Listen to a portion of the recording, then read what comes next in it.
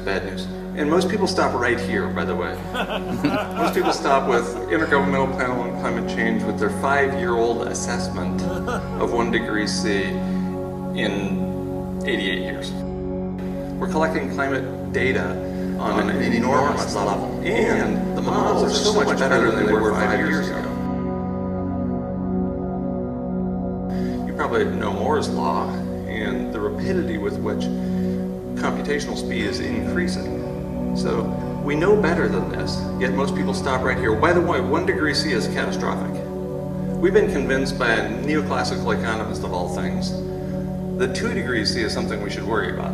William Nordhaus somehow hijacked the conversation and said 2 degrees C is something to be worried about, 1 degree is no big deal. Next slide. 1 degree is a big deal, as we've known for more than 20 years. 1 degree C temperature increase leads to rapid, unpredictable, and non-linear responses that could, will, and have lead to extensive ecosystem damage. We've known this for over 20 years. This is one of the greatest cover-ups. Hadley Center for Meteorological Research, hardly a left-wing organization, comes out a year after the IPCC with more computational power and more data, and concludes that we're headed to a 2 degrees C warmer world by the end of the century. Next. And 2 degrees is truly catastrophic. 2 degrees, because of positive feedbacks or self-reinforcing feedback loops, leads almost immediately and with great certainty to 6 degrees C. And the last time it was 6 C warmer on this planet than baseline, there were snakes the size of yellow school buses living in the Amazon, and the largest mammal on the planet was the size of a shrew. So that's the largest mammal that can thermoregulate that kind of wet bulb temperature.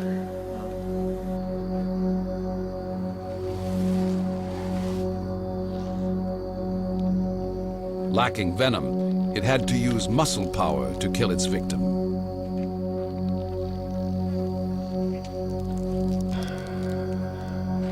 New research has shown that as a snake's coils tighten, they cause a sharp rise in the prey's blood pressure.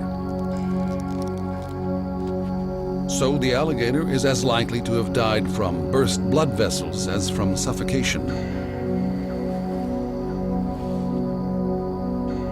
Snake skin is so flexible, it can be stretched around the largest of meals without tearing, even a tough armored alligator.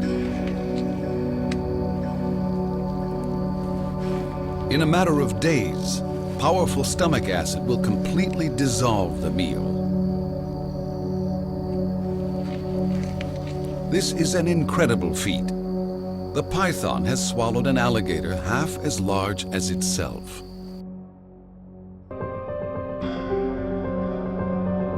The impacts of climate change pile up in the extremes. Extreme high temperatures, extreme droughts, extremes of intense precipitation, and extremes associated with high sea levels. United Nations Environment Program, 6 months after the Hadley Center's assessment. The Hadley Center, let me tell you how left-wing they are. They were established by Margaret Thatcher. Some of us know. Many of you are too young to know. Hadley Center comes along just a year after their most recent assessment, says 4 is the new 2, and it's coming by mid-century. Remember, 2 leads to 6. 4 is the last nail in the coffin of the human experience. Consistent with that assessment, the Global Carbon Project and the Copenhagen diagnosis, at the time of the Copenhagen climate change meetings that the Obama administration threw under the bus, came up with 6 and 7 degrees C warming by the end of the century. IEA says November of 2010 that we're headed to 3.5 degrees C warmer world by 2035.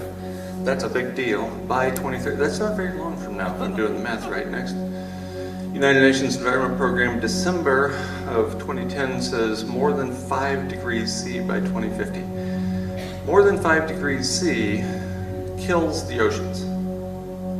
The ocean becomes so acidified that essentially nothing can live there, including the thermophiles found at incredible depths at enormous temperatures.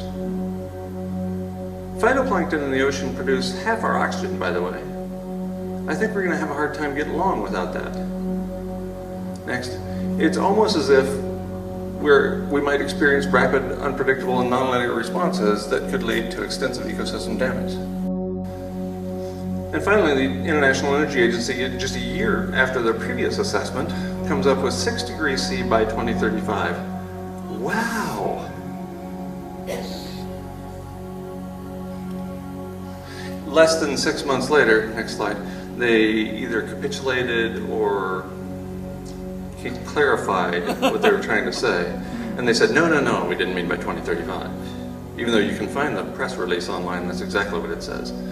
They said, we meant 2100. According to the Proceedings of the National Academy of Science, one of the premier science journals in the entire world, in a paper published in February 2009, so a long time ago now, climate change is irreversible. What the paper actually found was that the atmospheric level of carbon dioxide today is the minimum level we will observe for at least the next 1,000 years.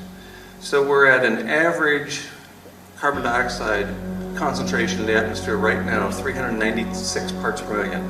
And we will be at 396 parts per million for at least the next 1,000 years. That's the minimum. 350.org is a bad joke. It's disingenuous or ignorant. The United Nations Environment Program, during 2008, the most catastrophic year of the catastrophic Great Recession. We can't call them depressions anymore because that's too depressing. So we call them recessions now. Big ones, great recessions. Great. That was great for me. Was it good for you? Very recessive. During 2008, global carbon emissions increased to their highest level since we fully implemented the Clean Air Act in this country. But that was nothing compared to what was coming. In 2009, we increased over that record-setting year by 6.2%. 2010, we increased over that record-setting year by 6.5%. 2011, we increased over that record-setting year by 3.4%. We're in an economic Great Depression, and carbon emissions keep going up. We can't just slow the industrial economy. Instead, only economic collapse will prevent runaway climate change.